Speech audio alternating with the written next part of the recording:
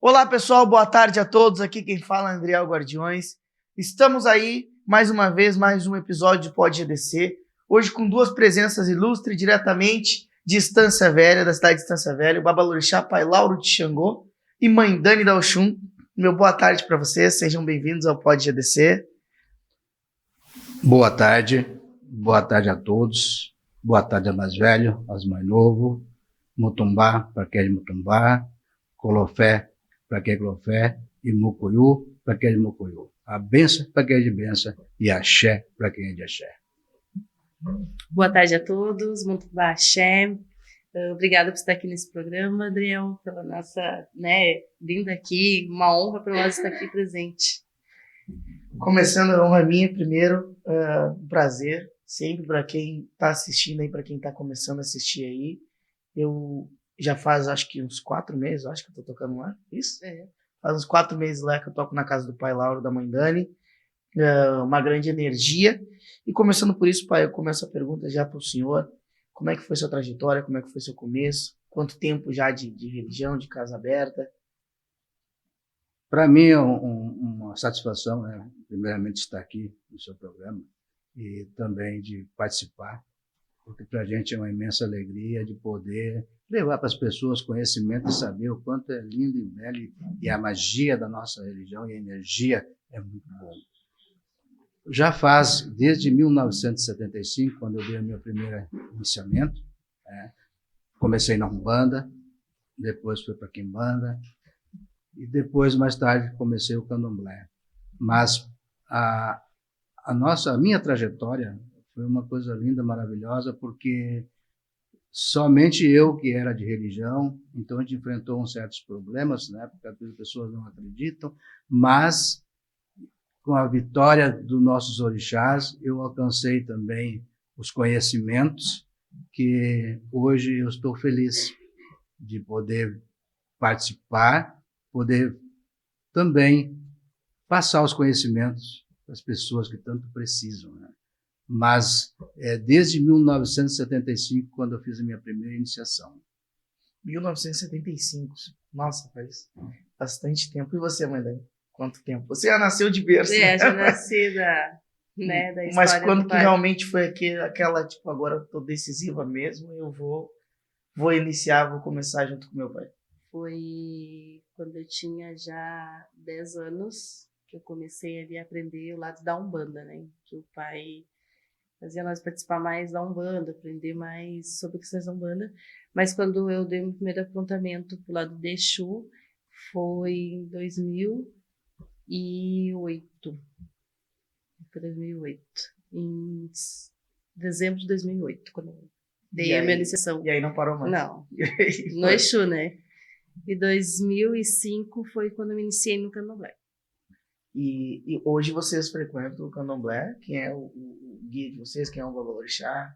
Que veio quando foi a iniciação? Foi uma coisa inesperada? O senhor não esperava estar no Candomblé?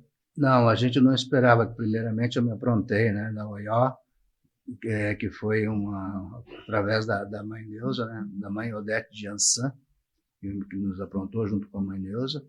Mas depois, quando eu conheci o Candomblé, ali eu me encontrei. E hoje eu estou na mão do pai Paulinho de Choroquê, que foi o único, meu mestre, meu pai de santo, meu orientador, tudo. E através dele eu acho que assim, a religião é tão importante que a gente tem que ficar no mínimo 7 a 9 anos numa casa para a gente poder aprender. Porque a religião não é a gente estar pulando de galho em galho, você nunca vai aprender nada. E ele foi o único que colocou a mão na minha cabeça. Hoje ele está passando por alguns problemas de saúde, mas nem por isso ele deixa de ser meu pai.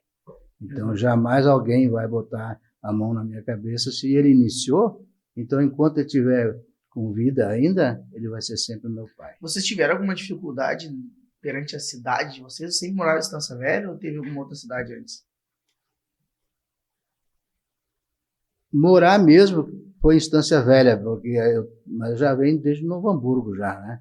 Estância Velha a gente teve um pouco de dificuldade até por causa da própria população que não tem conhecimento, e ainda a gente enfrenta algum preconceito, né? Ainda Mas isso são coisas da natureza, a gente tem que encarar elas, porque as pessoas que têm preconceito não têm conhecimento, são leigos.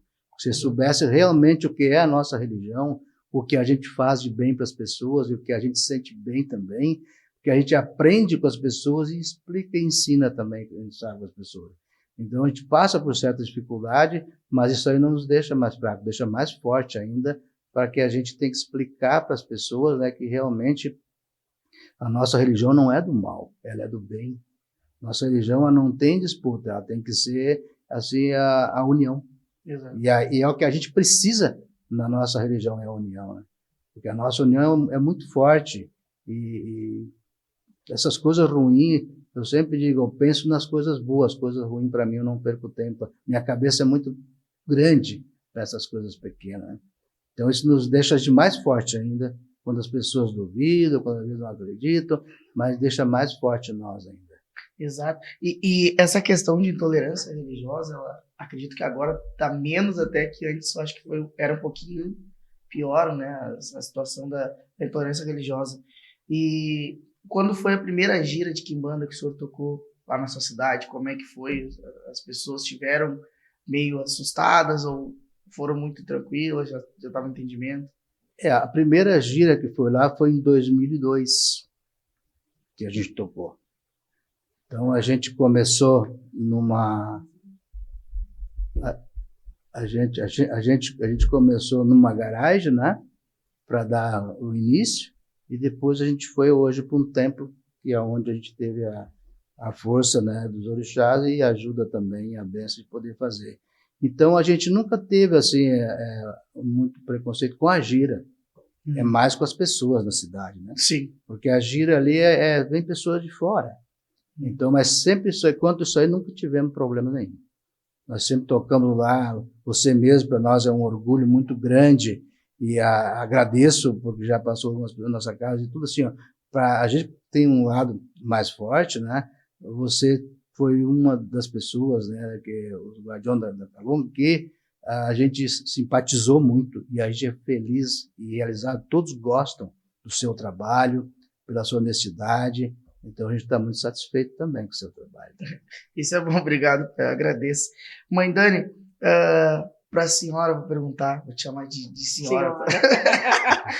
Vou te perguntar sobre a questão da Umbanda, quando foi a tua primeira gira de Umbanda, como é que foi o nervosismo de tipo, pai, tá do meu lado, vai estar comigo, como é que vai ser a situação, como é que foi? A primeira gira que foi tocada sozinha... Porque a gente sempre tocou junto lá em Lê, né? A gente sempre tá junto, eu e o pai, os meus irmãos, a gente sempre... Um acompanha a trajetória do outro junto. Então, a primeira gira que eu toquei sozinha mesmo, uma Umbanda, foi quando o pai estava viajando em São Paulo.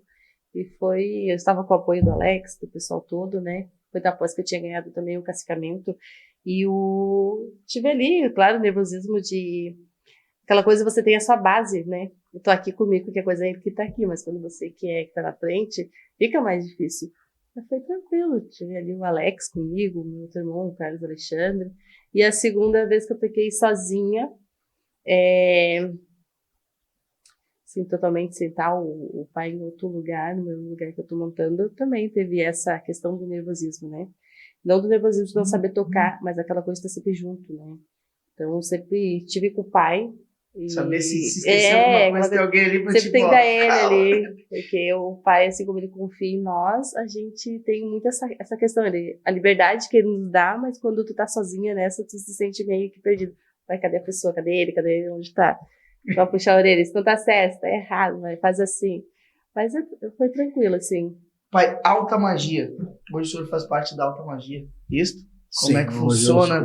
Hoje eu sou mestre, né, da alta magia luciferiana, né, feito por um grande mestre, né, que é o mestre Tony, né, que onde eu tenho um respeito imenso por ele. Faço parte da federação já desde 90, 91, né, e a graduação que a gente está tendo é muito bom, porque a quimbanda, ou a magia, na realidade chama-se magia negra, mas a magia negra não faz mal para ninguém, ela ajuda E dentro dela eu me encontrei muitas coisas que até mesmo eu teria algumas dúvidas, né? Mas com meus conhecimentos eu busquei. Então isso faz a gente crescer mais dentro da religião e ver que muita coisa é mito, né? Por exemplo, dizem quando se faz um pacto tem que dar a pessoa. Isso não existe. Isso não existe. Isso é a maior besteira do mundo que existe. Até porque o Exu é o que fecunda a pessoa com o falo dele, né? Ele tem o falo, então se ele fecunda, como é que ele vai destruir uma pessoa, né? E o Exu, para mim, a magia, né? Vamos falar em Exu, não vamos falar no Deus, por exemplo, na magia, né? Ele é o que está presente na nossa vida, ele está sempre no nosso caminho, é o primeiro a se levantar, é o primeiro a abrir nossa porta, cuida do nosso cruzeiro, das encruzilhadas, dos assaltos, dos acidentes, da porta da nossa casa, dos alimentos, porque o Exu é terra e fogo. Então, tudo que nós comemos vem da terra. Então, eu acho que a Quimbanda, ela trouxe para nós um lado muito forte, que é tão forte que se você tocar, você é um babalorixá, se tocar uma umbanda, vai pouca gente, mas tocar uma quimbanda pode estar chovendo canivete, exato, todo mundo está lá, exato, onde puxa-se o tambor, parece que mexe com a população, exato, mexe com a energia, com a magia, né? E isso aí também me fez fortalecer mais, que ver que aquilo que a gente ouvia não era nada da verdade. Porque o Exu é o equilíbrio, é a força nossa, né? Então, para mim, foi muito gratificante, porque a gente que trabalha na linha da Quimbanda, a gente busca a magia de uma certa forma, que tudo que a gente pede, se fizer as coisas certas, a gente dá tão pouquinho para um mensageiro, para um guardião, que não conhece o Exu, e o que a gente recebe é imenso, né? Então, a gente só tem a agradecer. Então, essa coisa que as pessoas costumam sem entender, né? E eu não vou ir na casa do Pai Lauro, porque lá o Pai Lauro, ele é de alta magia, e lá ele vai matar alguém, porque vai ter pessoas que vão dar, ou vou dar minha alma para Beelzebub. Isso é um mito que as pessoas criaram. Na verdade, o evangélico acabou criando isso e botando na cabeça das pessoas, e sem entender aquilo que tu escuta, tu sai acreditando. A gente tem que cuidar muito do que fala nesse momento, né? Mas vamos falar então na palavra que você falou, evangélico, né? Eles falam do demônio, do diabo, mas eles são o que mais cultua. Se não fosse o diabo, eles morreriam de fome, porque é 10 palavras, a palavra o Deus, e 1000, tudo é um diabo para eles. Exato. Para nós que é sagrado, né? Uma água torna-se diabo para eles. Exato. Tudo é diabo para eles. Então, imagina se não tivesse o diabo, ele morreria de fome. Não é verdade? Exatamente. Você sabe que uma vez eu vou contar uma história. Eu tinha um programa na rádio, e aí quando eu atendia, eu dizia, boa noite, ouvintes, no que posso lhe ajudar, e sempre trabalhando. E aí um dia uma senhora entrou assim, o senhor parece que é um advogado do capeta, só defende o capeta. Eu falei, minha senhora, se eu defendesse o capeta, eu ia prender ele para sempre, vocês iam morrer de fome, porque é ele que se alimenta vocês. Ficou congestionada a minha linha, né, de agradecimento do que eu fiz. Mas é real. Exato. Porque assim, vamos falar de novo da magia negra.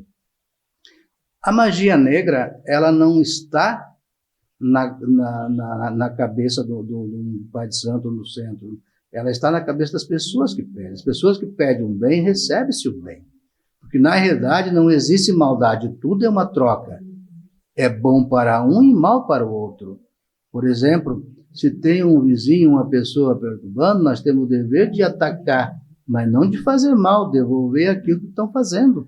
Então, isso não é maldade. Tudo é uma troca. Não existe maldade. Porque a pessoa, o vizinho lá é bom para mim, é maravilhoso, mas não sabe o que é bom para o outro. E a pessoa, então, diz que isso é a magia negra. Mas isso aí é uma defesa que a pessoa está fazendo. A gente tem o direito de se defender. Então, não existe maldade nas pessoas.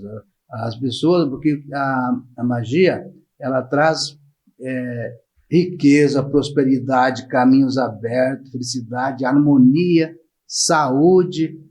Porque não é quantas pessoas que são curadas através de Marabô, que está ouvindo, sabe que é pessoa desenganado, né? Porque a grande Exu que eu recebo, hoje também, você mesmo toca lá, às vezes ele não tem tempo, diz que nem para tomar um uísque, atender os pessoal com saúde, com tudo. Exato. Então, veja bem que não existe maldade, a maldade está na cabeça das pessoas que são maus. Exato. Né?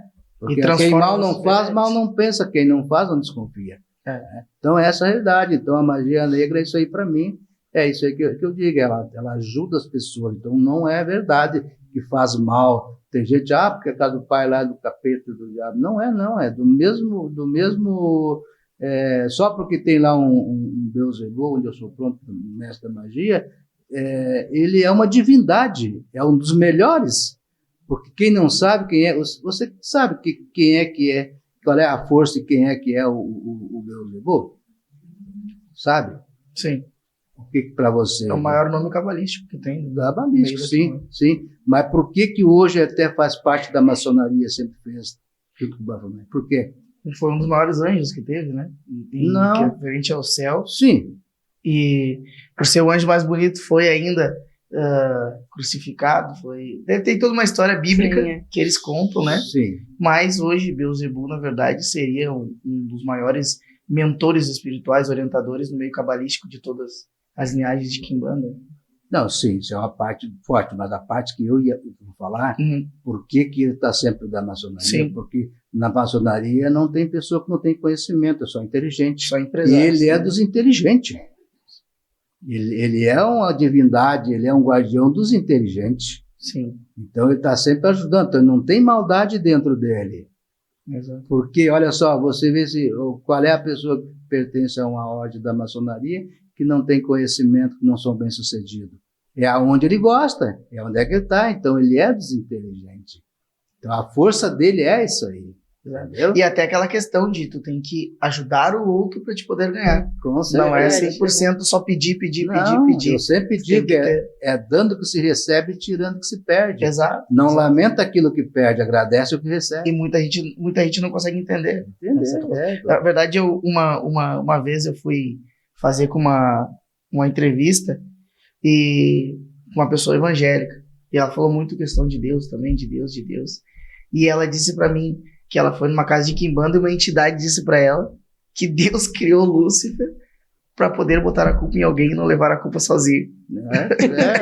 Ela disse... Olha, a entidade falou, olha, ele criou Lúcifer para não levar a culpa sozinho. Porque daí, se levasse a culpa sozinho, ele ia levar a culpa de crianças que nascem doentes, pessoas inocentes que morrem. Então, alguém tem que levar a culpa nisso. E não sozinho, né? E não sozinho. Deixa eu mandar os abraços aqui pro Júlio Correia. Forte abraço. A Lê dos Santos aí tá nos assistindo também. A Dayana da Silva. O Benhur Silva também, que toca aí com a gente, também tá aí assistindo. Mãe Sandra Nunes tá aí. Terreiro Folhas que Curam. Botou ali, existe guardião burro. Ele botou, né? Existe guardião burro, que seria, pelo que o meu entendimento, são pessoas que não costumam aprender e sair falando qualquer tipo de situação, né? Sem entender. Por exemplo, pai, já aproveitando essa pergunta, deixa eu perguntar para o senhor.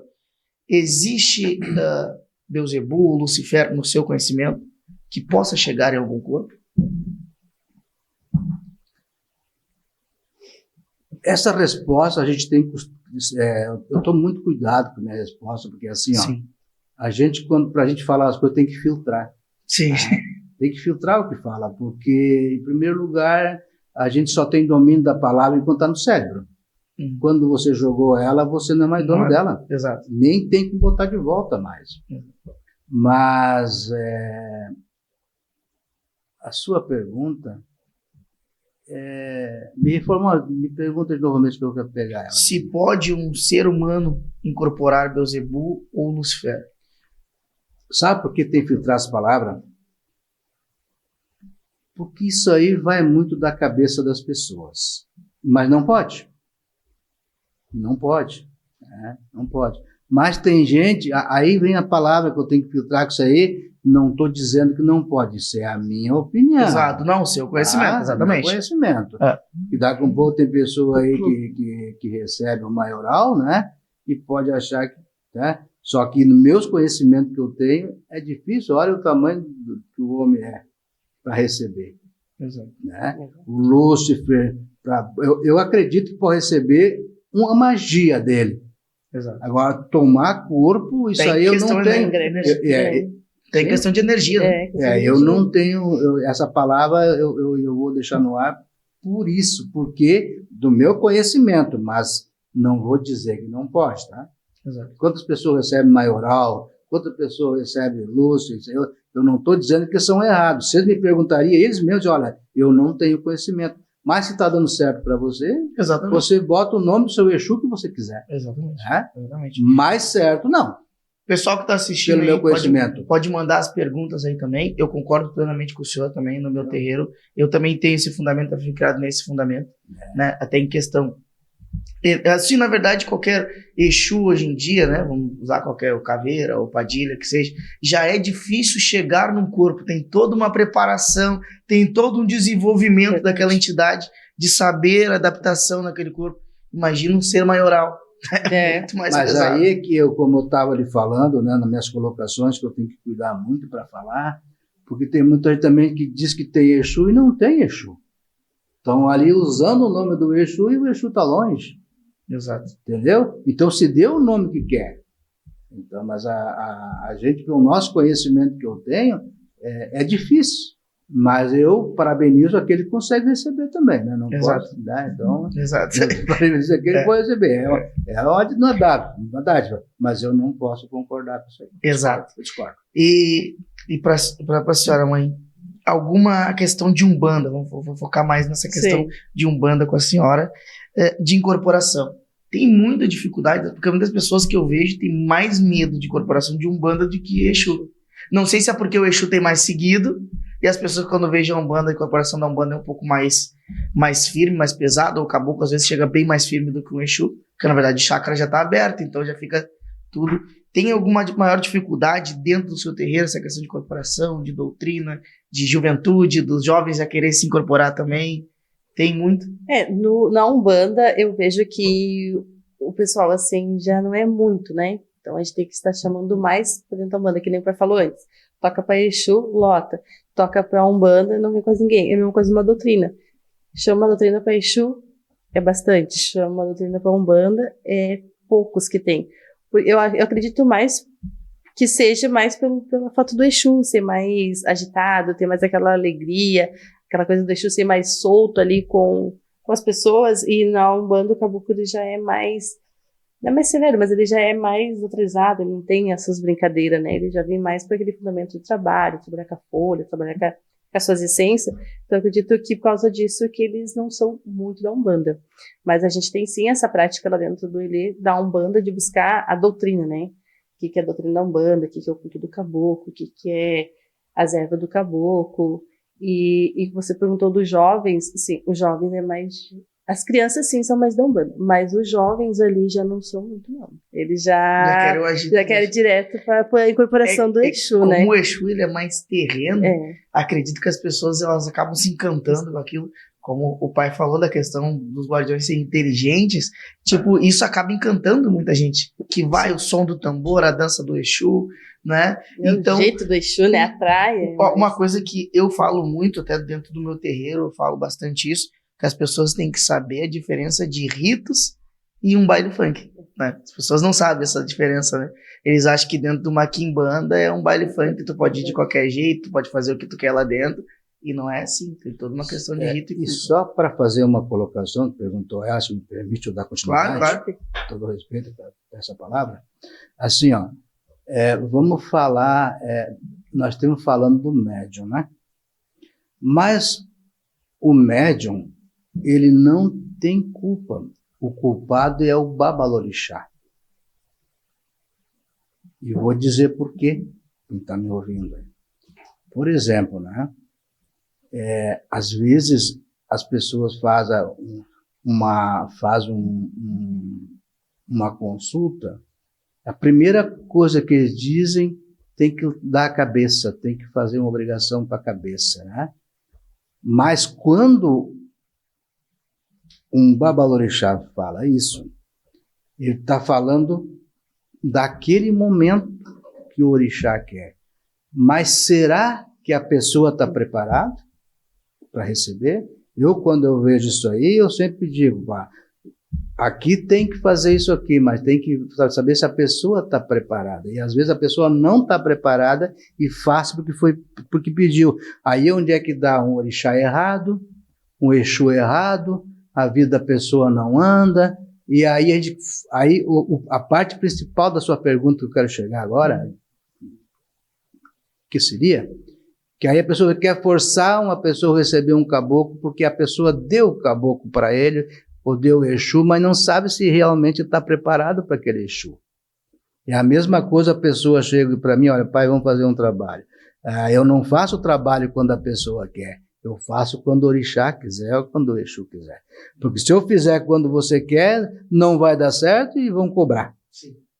Agora, se o orixá aceitou, aí pode fazer, sem problema.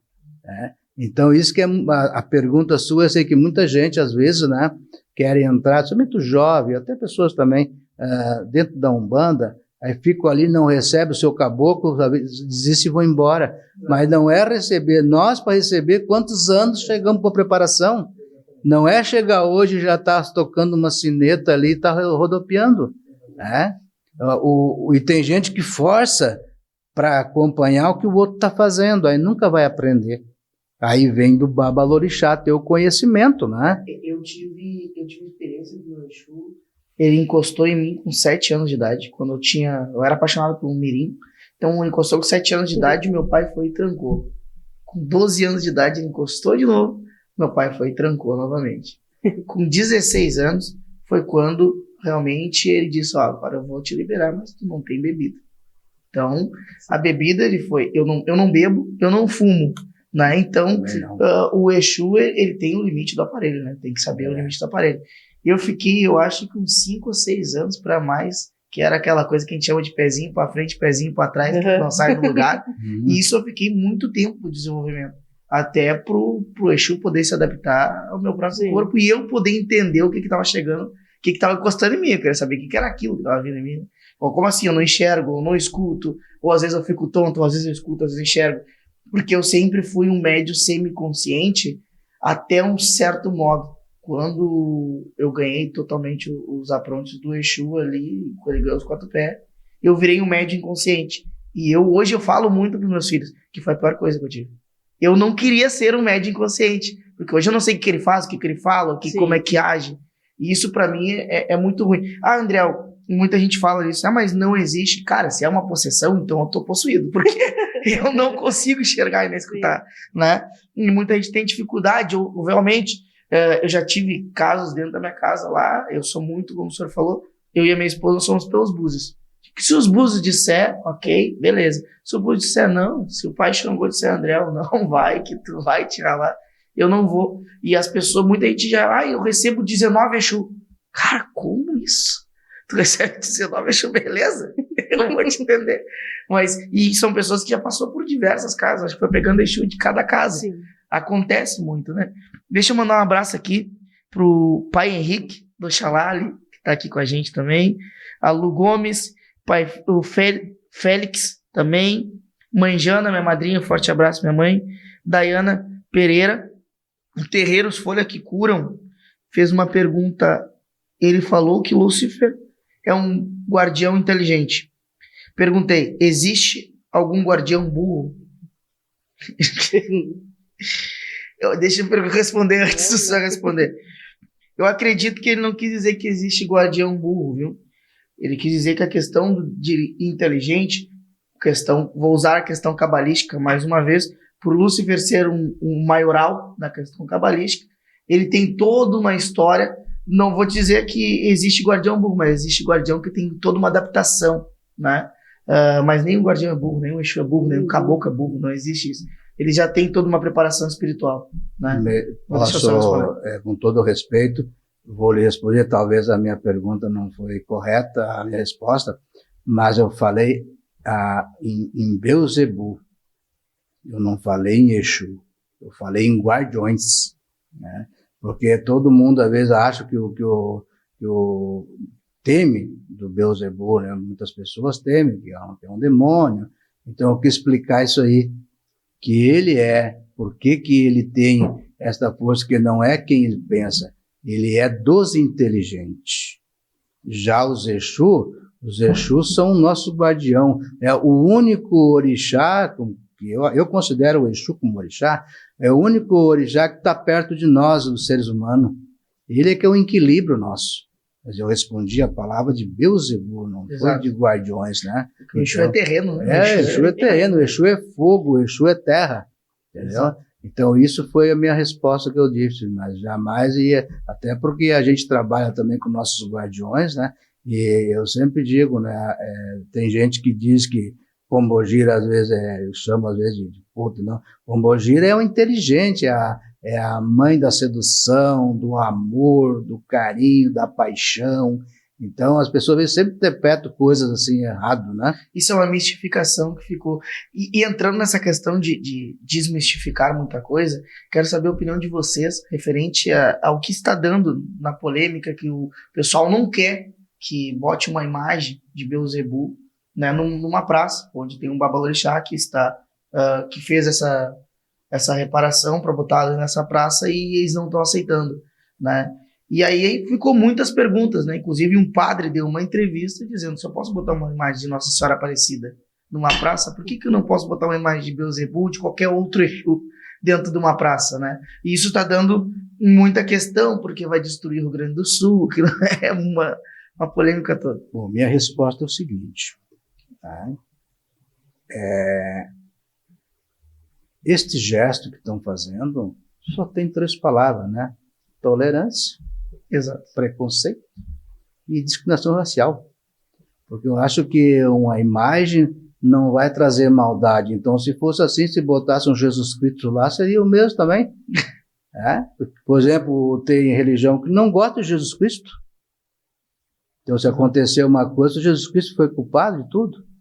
Isso não existe. Aquilo ali não tem nada a ver, é uma coisa que ele está fazendo, que é uma crença que ele tem, ele é devoto, e está escrito na Escritura Sagrada, adorar a Deus sobre todas as coisas. Então não existe a pessoa querer achar que uma imagem vai destruir o mundo ou vai aumentar o mundo. Não existe isso aí. Essa visão que o Rio Grande do Sul foi afetado. Nós que somos seres humanos, nós sim que podíamos temer se botasse a gente, porque a gente é um pecador, né? Exato. Mas lá é só uma imagem. Não tem nada a ver isso aí, isso é preconceito e as pessoas não intolerância religiosa, aonde nós vivemos num país laico. Então, acho que isso aí, as pessoas, eu acho que até, com todo respeito, as próprias autoridades nem teriam que se envolver, tantas coisas que tem aí, quantas pessoas com dificuldade se envolver em coisas que não tem nada a ver. Não, e na verdade as pessoas não entendem que muitos erros que acontecem em questão natureza somos nós seres humanos. É justamente o que eu estou falando. Né? Nós seres humanos que acabamos pecando, no momento que a gente larga lixo na rua, no momento que a gente bota óleo de cozinha no vaso, tudo isso é nós mesmos que pecamos e estamos arcando com as consequências. Olha quantas terras nós pegamos e dominamos, tiramos o Guaíba, vamos dizer assim, do seu local onde era, né? Não justifica, claro que não, de todas as percas, isso não. Mas eu acho que nesse momento não tem religião nenhuma que foi culpada disso. Não existe. Sim, o próprio ser humano, as pessoas não conseguem entender. O próprio ser humano que se destrói, né? E vamos dizer também uma palavra mais feia, que é a ganância, né? Ganância. A ganância, que é uma palavra feia, né? Mas é a ganância, né? Então é uma coisa que aí é que as pessoas às vezes não entendem. Eles tiram conclusão por si próprio e acaba ofendendo as pessoas de uma certa forma, né? Exato. Pai, como é que eu encontro a sua casa lá?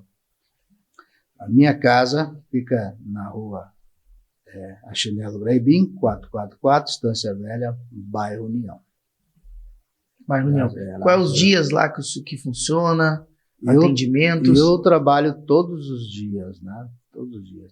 Faço consulta com tarô, com búzios, todos os dias. Uhum. E as pessoas sempre serão bem-vindas. E caso o senhor não tiver, posso entrar em contato com a mãe dele. Sabe que eu sou feliz, sabe? Primeiramente, eu tenho também uma esposa que está sempre presente, né? Como eu tenho a minha filha, que é do coração, eu sempre quis ter uma menina e ela foi que preencheu. Não que eu não tivesse, porque eu tenho 2 meninos, que não foi por isso, né? Mas ela estava precisando Vai deixar o Alex e ansioso. me preencheu. Não, mas o meu maior orgulho é que o Alex, que é meu filho, que também está presente sempre, é uma pessoa assim que está junto. O Carlos Alexandre, que é meu filho também, né? E a família dele, que te adora todos, né? Então, sempre presente. Então, aqui a gente é um só. Nós aqui nos ajudamos e nos unimos para a gente crescer e evoluir. Para ver que é tão lindo, maravilhoso e que eu sou feliz, tanto o Alex, né, que é o Exu Rei, como tem a Dani também, que é da Rainha, e o Japão, que é do Veludo, e eu sou que é da Padilha, né? Então, o que acontece? É tudo no mesmo axé. A mãe Dani toca dentro da nossa casa e eu toco no santo. Então, não existe aquele negócio, eu sou filho da mãe, sou filho do pai. Somos tudo uma família. Nós trabalhamos para um axé. Não trabalhamos para divisão de religião ou divisão de pessoas. Exato. O que vale para nós é o axé. E o que nos fortalece para nós é um axé. Então, se a gente tem um axé, tem a harmonia, a paz e a tranquilidade. Independente de ser filho de um ou de outro, são todos mesmo. Não existe, eu não vou fazer isso porque eu sou filho do pai Laura. Eu não vou fazer isso porque eu sou filho do pai Alex. Ou porque eu sou filho da mãe Dani. Não, tudo nós só. Ninguém ensina nada porque vem tudo da mesma vasilha, do mesmo ensinamento. Se um tem errado, todo mundo tem errado. Sim, porque ela sabe, eu sei o que eu sei, ela sabe, e assim vice-versa, o Alex e o Carlos Alexandre, e a todos também, entendeu? Exato. Então, assim isso é uma união. E curiosamente, o senhor no começo da entrevista falou que começou a religião sozinho. E aí hoje o senhor tem uma família que o senhor construiu. A minha religião que eu comecei, na realidade não foi bem... quando eu tinha 7 anos de idade, meus pais eram apostólico romano, aquele que missa e tinha que beijar a mão e ler todo dia um capítulo, um versículo da Bíblia, né? E missa sempre.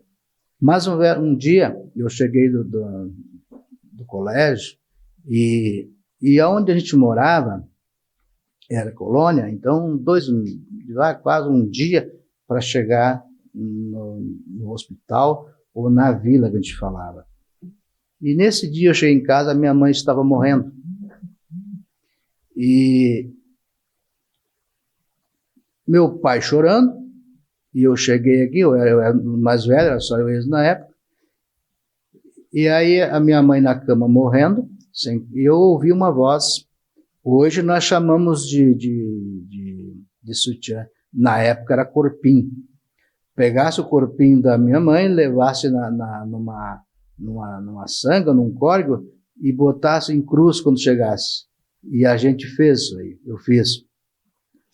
E tinha que sair de costa, mas quando eu estava passando lá, eu senti que apareceu uma santa muito grande, com um turbante dourado. E eu cheguei e fiz isso ali. E tinha que sair de costa. Eu não sabia nem que era religião, não entendia nada na minha vida, nem sabia o que era. E aí eu fiz. Coloquei na testa como mandou e fomos para a roça. Quando 4 horas da tarde, a minha mãe estava levando cafezinho na cama, morreu agora com 85 anos, né?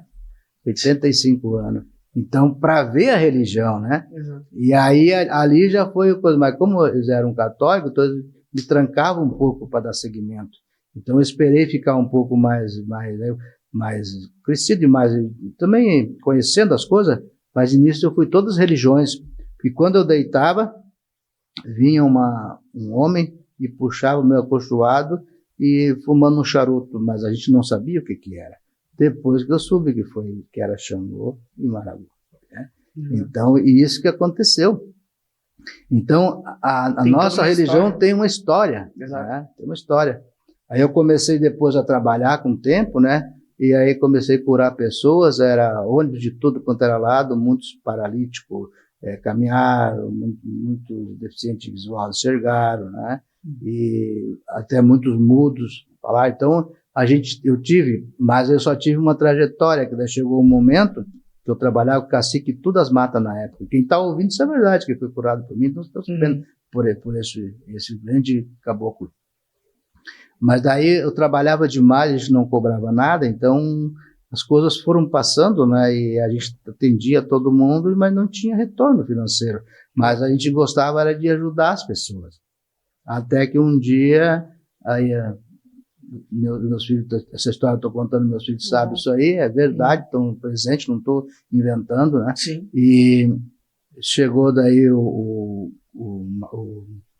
Xangô e disse, ó, a partir de hoje, o que eu tinha de fazer, a minha parte eu já fiz, e o que eu tinha que passar então a receber ele. E de lá a minha vida mudou, hoje eu sou o que eu sou. Mas eu comecei a atender em cima de um toquinho com uma vela vermelha, uma vela branca, então era pequenininho, mas eu lembro, uma vela branca, uma vermelha e um azul. E ali eu fazia todas as curas das pessoas. Era ônibus e ônibus, né? Era ônibus e ônibus, tá aqui minha filha aqui. Quem conheceu onde é que eu estava, que eu trabalhei em Santo Afonso, na rua, México é a rua Travessa Vera Cruz. Dou o endereço para quem quiser lembrar. Nesse momento deve estar lembrado, que muita gente nem sabe que eu existo, que eu saio de lá e nunca mais retornei, né? E isso é importante o senhor falar, justamente porque as pessoas, para entender que a nossa matriz africana, a nossa religião, em si, ela não é só a questão, porque muita pessoa chega na casa porque eu quero destruir o fulano, eu quero fazer com isso com o fulano. E eu digo muito aquela questão, depende muito do merecimento. Não adianta tu cortar a galinha, tu cortar cabelo, tu matar um boi, tu fazer um bolo todo. Se não for do merecimento da pessoa ganhar um cargo dentro do serviço, ela não vai ganhar. A pessoa tem que fazer por onde, né? A pessoa também tem que ter fé. Se não tiver fé, não tem.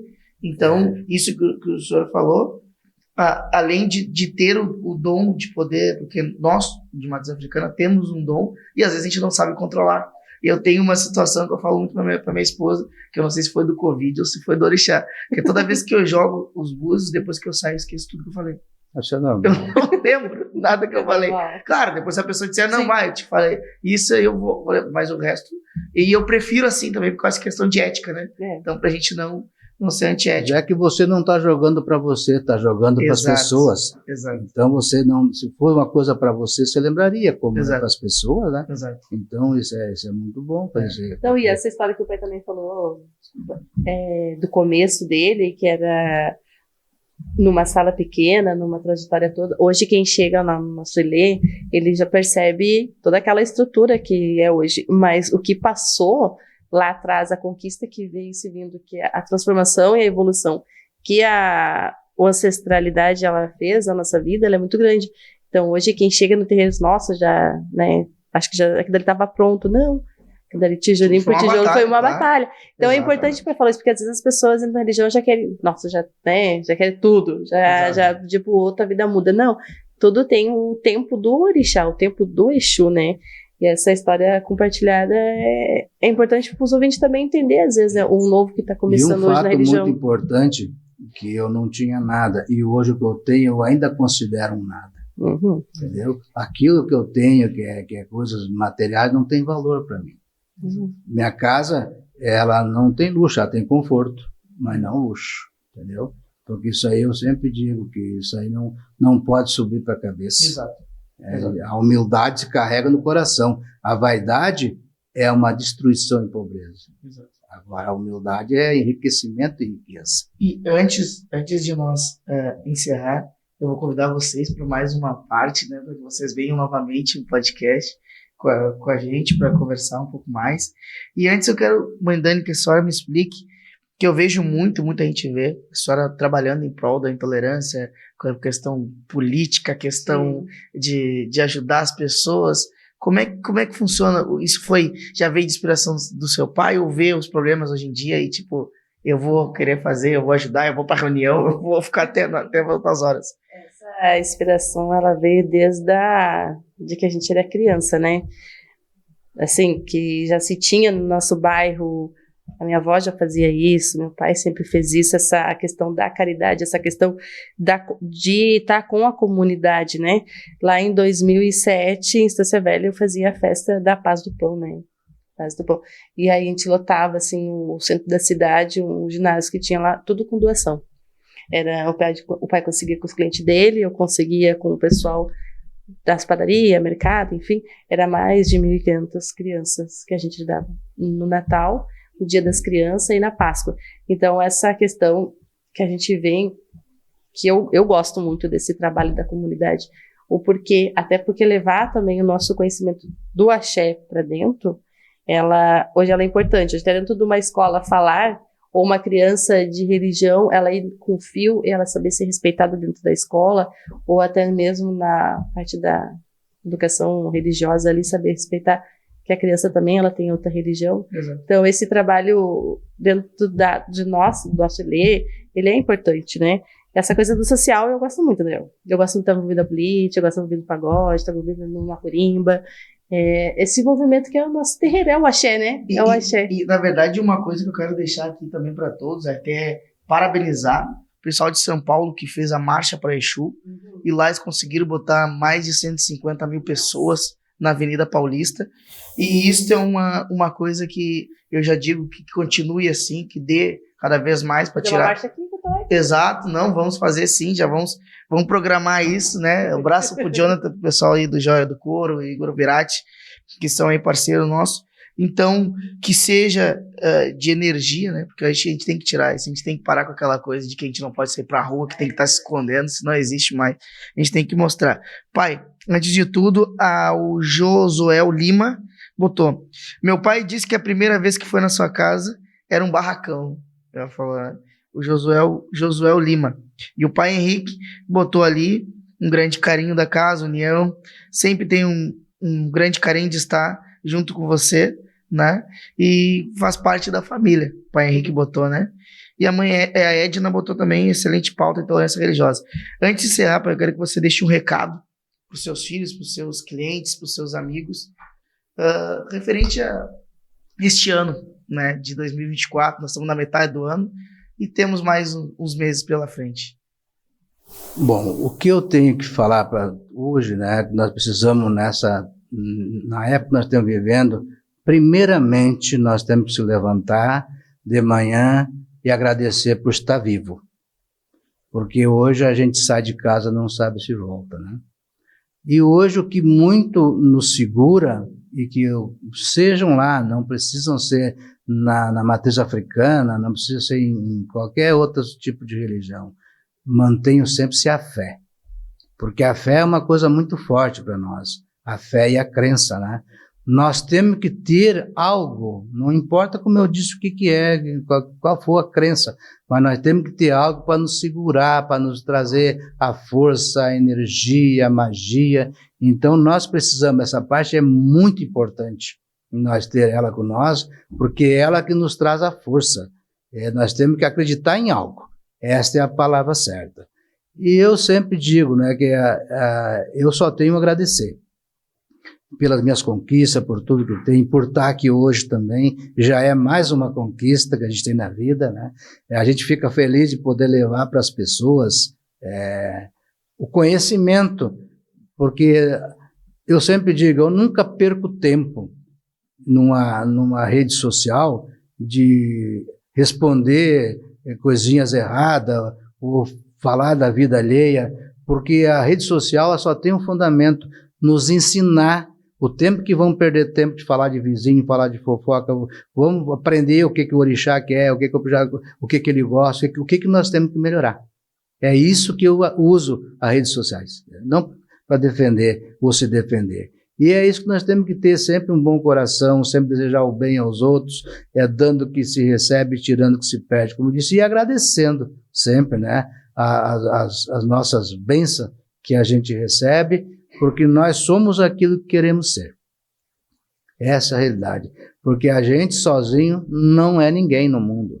A gente sempre tem que ter alguém a acreditar. E já falando isso aí também, quero mandar aquele forte abraço para uma pessoa que é meu amigo, conheci há poucos tempos, né? Que é o pai Henrique e a família dele. Estive lá em Jaguarão, tanto eu como minha família, fomos muito bem recepcionados.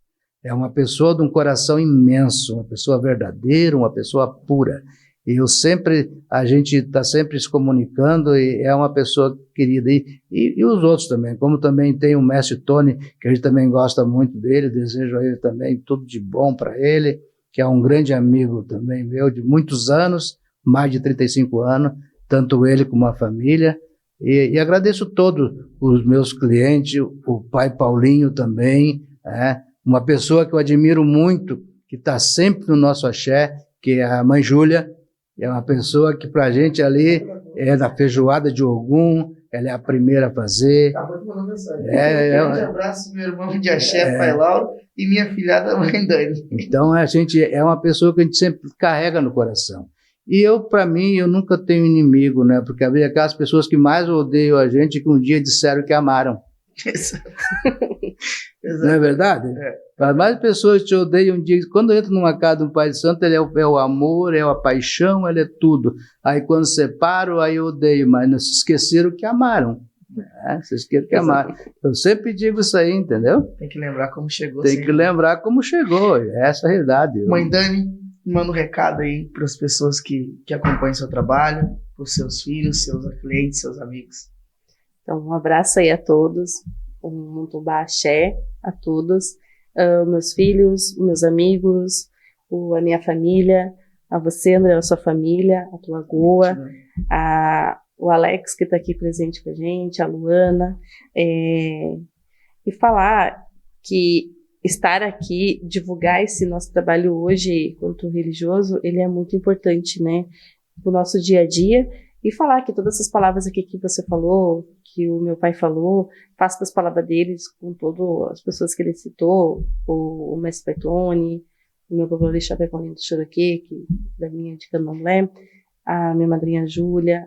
Então, há várias pessoas que sempre estão nos acompanhando dentro do Ilê, né? Os guardiões que estão lá, que nossa, toca a corimba lá em cima, né? Que parece uma festa sempre toda segunda-feira, com o carinho que vocês têm, com o respeito que vocês têm quando tocam, quando vocês já chegam, quando vocês saem, são as mesmas pessoas e da mesma forma, com todos lá dentro com tratamento. E falar aí para todos que leve um pouco do nosso axé a cada canto, que a gente possa, quem quiser sentar um Beuzebu ou um Lucifer, o que quiser na frente dessa casa, ou na praça, ou no seu sítio, que é livre, a gente é livre disso, e a gente tem que parar de ter esse medo de seguir daqui para frente, assim como a gente também tem candidatos que tá levando essa questão tolerância religiosa, e a gente não tem que ter medo, a gente tem que ir para a rua mesmo, usar nosso fio, usar nosso pano branco, e com tudo que a gente tem a fé, que é o mais importante. Eu agradeço todo dia a ele do Mari por dar essa oportunidade, né, esse sol em nosso ori, e possa levar para todo mundo todo esse axé. Axé. Muito obrigado por vocês, viu? É gratidão ter vocês aqui. Primeiramente pela confiança de confiar no nosso trabalho, de nós podermos estar lá toda segunda-feira fazendo a magia para Exu Marabô, e não só para Exu Marabô, quando tem também Umbanda, a gente também está lá, né? Agradecer a todos os telespectadores que estiveram aí, as perguntas que foram feitas, aos abraços, aos curtidas, aos compartilhamentos. Vai ficar salvo no YouTube. Na próxima semana aqui eu vou ter 2 grandes alabês falando mais uma vez do concurso de Alabê de Ouro, que vai acontecer no dia 15 de setembro, aqui em Porto Alegre.